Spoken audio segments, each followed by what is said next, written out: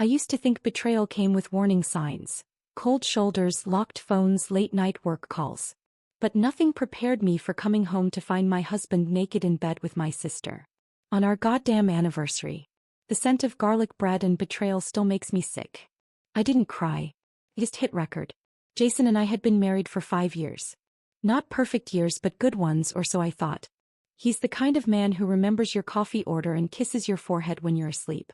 The kind that makes your friends say, "You're so lucky." I believed them. I was lucky until I wasn't. My sister Mia has always been the wild one. The pretty one. The chaotic magnet in every room. She's the reason I got grounded in high school for sneaking out. The reason Mom always looked tired. But I loved her. God help me, I trusted her. I used to call her my best friend. When our parents died 5 years ago, Mia moved in with us for a few months. That turned into years. She said the house felt like home. Jason said he didn't mind. I told myself we were a happy little unit. I was too naive, or maybe too desperate for family, to see what was happening. Looking back, the clues were there like bloodstains under bleach. Mia's laughter a little too loud at Jason's jokes. The way his eyes lingered a little too long when she walked in wearing one of my old t-shirts. I'd feel a weird twisting in my gut and then I'd squash it. That's what love does. It silences your instincts. Every year for our anniversary I go all out. Handmade cards, candlelit dinners, curated playlists of our songs. This year was our 5th. A milestone. I took the day off, ordered from his favorite Italian place and came home early thinking I'd catch him off guard. I just didn't know how off guard. I stood in the kitchen reheating lasagna, imagining the look on his face. I wanted to be the kind of wife you remember forever. And I guess I got my wish. When I opened our bedroom door and saw them, limbs tangled, her head on his chest, both too stunned to speak, I felt something in me snap. I didn't scream. I didn't sob. I backed out, closed the door gently and sat on the hallway floor with my phone in my hand. My hands were steady. I opened the camera. I hit record. If my heart was going to break, I wanted evidence. This wasn't Mia's first betrayal. I just didn't realize the depth of it until everything blew open. 2 years ago I caught her sneaking out of our guest room at 3 a.m. wearing one of my robes. She said she was grabbing water. Jason was downstairs on the couch, shirtless. That night never sat right with me. I confronted her gently at first. She got defensive, said I was being paranoid, jealous even. "Not everything's about you," she snapped. I remember thinking, why would you say that to your sister? But I let it go. I always let it go. That was my mistake. There was another time. My birthday. Jason said he had a late meeting and came home around 10 p.m., smelling like vanilla and bourbon. The same vanilla perfume Mia wears. I joked about it. He looked pale. She giggled too hard when I told the story later. I thought I was being crazy.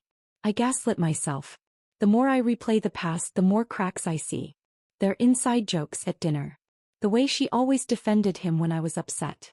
"Jason's just tired," she'd say. Or, "You're being too sensitive again." And I'd believe her, because if I couldn't trust her, who the hell could I trust? But the worst part? I once told Mia, drunk and sobbing, that I was afraid Jason didn't love me anymore. That maybe he regretted marrying me. She held me, stroked my hair and whispered, "He'd be a fool to leave you." I see now that what she meant was, he already has.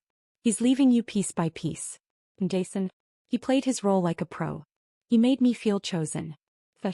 I asked him once if he'd ever cheat on me, half joking, half testing. He looked me dead in the eyes and said, "Never. I'm not that kind of man." The kind of man who fucks his wife's sister in her own bed? Got it. I should have kicked me out years ago. But she always had a reason to stay. A breakup. A layoff. "You don't just abandon family," she'd say. But that's exactly what she did. Slowly, methodically, while living rent-free under my roof. And the worst irony? I was trying to get pregnant. Jason and I had been trying for 6 months. I took prenatal vitamins, tracked my ovulation. He told me to be patient. It'll happen when it's meant to. What he meant was, not with you. Not anymore. After I recorded the video, I didn't confront them. I just walked out. Drove around for hours, numb, gripping the steering wheel like it was the only thing holding me to earth. I ended up in the parking lot of a 24-hour Walgreens, staring at the footage over and over until I felt like I might vomit. When I finally went home, they were gone. Just gone. No note. No apology. No explanation. The sheets were still warm. Her earring was on my nightstand. I picked it up like it might burn me. A tiny gold hoop I gave her last Christmas. I almost laughed. You wore my gift while you fucked my husband. The silence that followed was deafening. Jason didn't call. Mia didn't text. I half expected some elaborate lie, and it's not what it looked like. But they didn't even bother. That's what broke me the most. Not the betrayal itself, but how comfortable they were with betraying me. I didn't tell anyone at first. I couldn't. Not because I wanted to protect them, but because I didn't want to feel it yet. Naming it out loud made it real. So I went to work, smiled at neighbors, answered emails. All while carrying that video in my phone like a tumor in my pocket. Then came the little things. My cousin Jess called and said, "Hey, I saw Mia at the movies with a guy. Looked kind of like Jason. Funny, right?" I almost choked. I asked when. She said, "Last weekend." Last weekend was before the anniversary. Before I even knew. They weren't a one-time mistake. My best friend Erin came over one night and I finally cracked. I showed her the video. She watched it once, then again, her mouth tightening with each loop. "You need to burn them to the ground," she said. "No mercy." I wanted to be that girl, the one who sets fire to the wreckage. But I felt like ash. Then Jason texted. 2 weeks of silence and all I got was, "Can we talk?" No apology. No explanation. Just that. I stared at my screen for a long time. I almost deleted the message. Instead I replied, "You can come get your stuff. I'll be gone."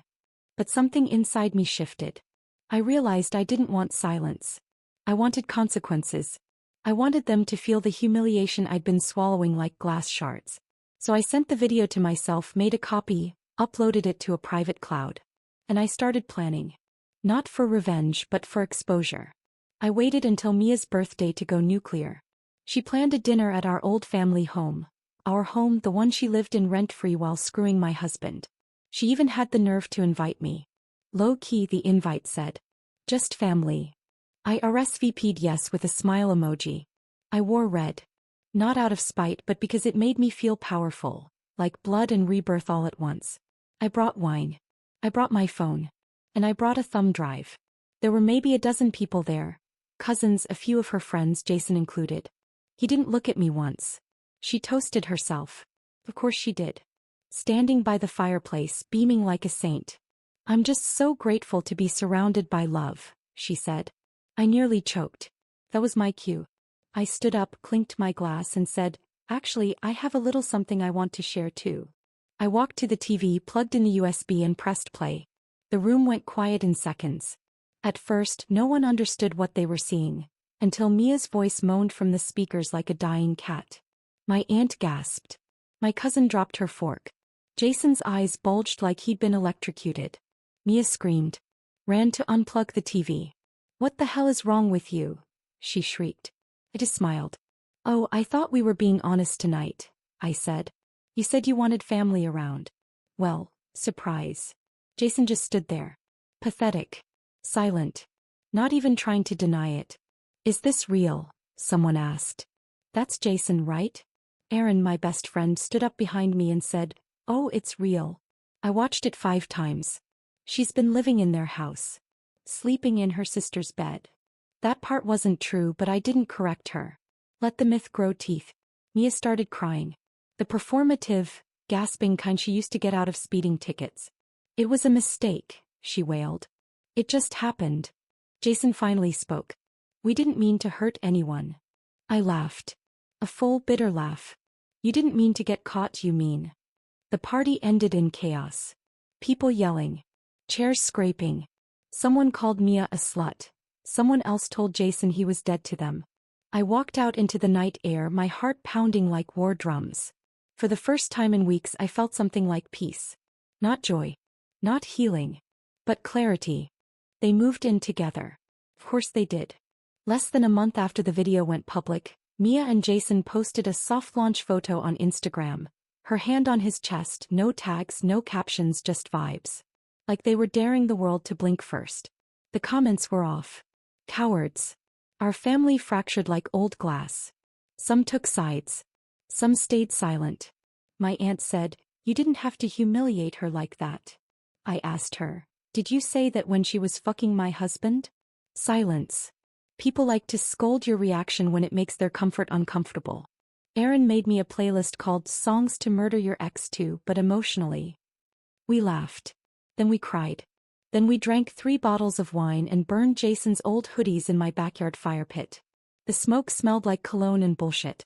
I didn't even flinch when the neighbors called to complain. I got letters from both of them. Actual letters. Mia's was 4 pages long. It started with, "I never meant for this to happen," and ended with, "I hope someday you can forgive me." I didn't read the middle. I lit it with a candle and watched it curl into ash. Jason's was just 1 page. No, I love you. Just regret and cowardice. I found out later from a mutual friend that they'd been hooking up on and off for over a year.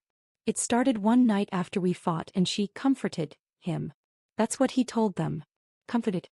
As if screwing your wife's sister is some form of grief counseling. Disgusting. Worse. Mia told someone she thought I knew. That I somehow approved. That I invited the chaos. That broke me in a way the sex didn't.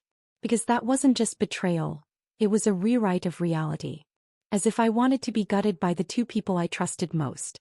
Work became my refuge. I threw myself into projects. I stayed late. I volunteered for crap no one wanted. Everyone assumed I was just ambitious. No one knew I was hiding in plain sight using spreadsheets to avoid screaming into the void. I wish I could say the exposure felt like justice. But it didn't. Not really. It didn't rewind the nights I cried alone. It didn't erase the dreams where I woke up reaching for someone who wasn't real anymore. It didn't stitch my family back together. All it did was rip off the mask and leave the wound raw. People say time heals. But they never mention what it leaves behind. The scar tissue, the twisted muscle, the permanent limp in your heart. It's been 9 months. Some days I feel fine. Other days I find one of his socks behind the dryer and spiral into a full body shake. Healing isn't linear. It's a goddamn maze. I see them sometimes. At the grocery store once. She was wearing a long coat and sunglasses indoors. He looked thinner, tired. We made eye contact for half a second. I smiled. He looked away. Cowards always do. They never apologize. Not really. They hope your silence will do the absolving for them. My therapist says I have betrayal trauma. Like it's a condition. A category. I don't know. I just call it hollow. Sometimes I laugh too loudly at parties. Sometimes I cry during toothpaste commercials. I learned that grief doesn't always come with a funeral. Sometimes it wears your sister's face. I'm dating again. Sort of. No one's serious. I'm too raw. Too careful. I ask a lot of weird questions. Have you ever slept with a sibling's spouse? Would you tell me if you wanted to cheat? They laugh. I don't. I'm not trying to be funny. I'm trying not to be ruined again. Mia sent me another message a few weeks ago. Just, "I'm pregnant." No context. No apology. Not even a, "Hey." I stared at the screen until my eyes went dry. Then I blocked her. She wanted a reaction. Maybe guilt. Maybe envy. But all I felt was exhaustion. Like I'd outgrown the fire she lit. I don't hate her. That's the worst part. I want to. But hate still ties you to someone. I feel nothing. Like she's a distant character from a story I barely remember. Except I do remember. I remember everything. The sound of her laugh in my house. The way Jason kissed my forehead while lying through his teeth. I still have the video. Haven't deleted it. I don't watch it anymore. But knowing it exists gives me power. A reminder that I wasn't crazy. That it happened. Sometimes when the doubt creeps in, I pull up the file name and just stare at it. I don't open it. I just remember. I survived. That's not the same as healing. But it's something. I get up. I work. I eat. I breathe. Some days I even laugh without bitterness in my mouth. But trust? That's a locked door now. And love? I'm not sure if I'll ever let it live in my house again.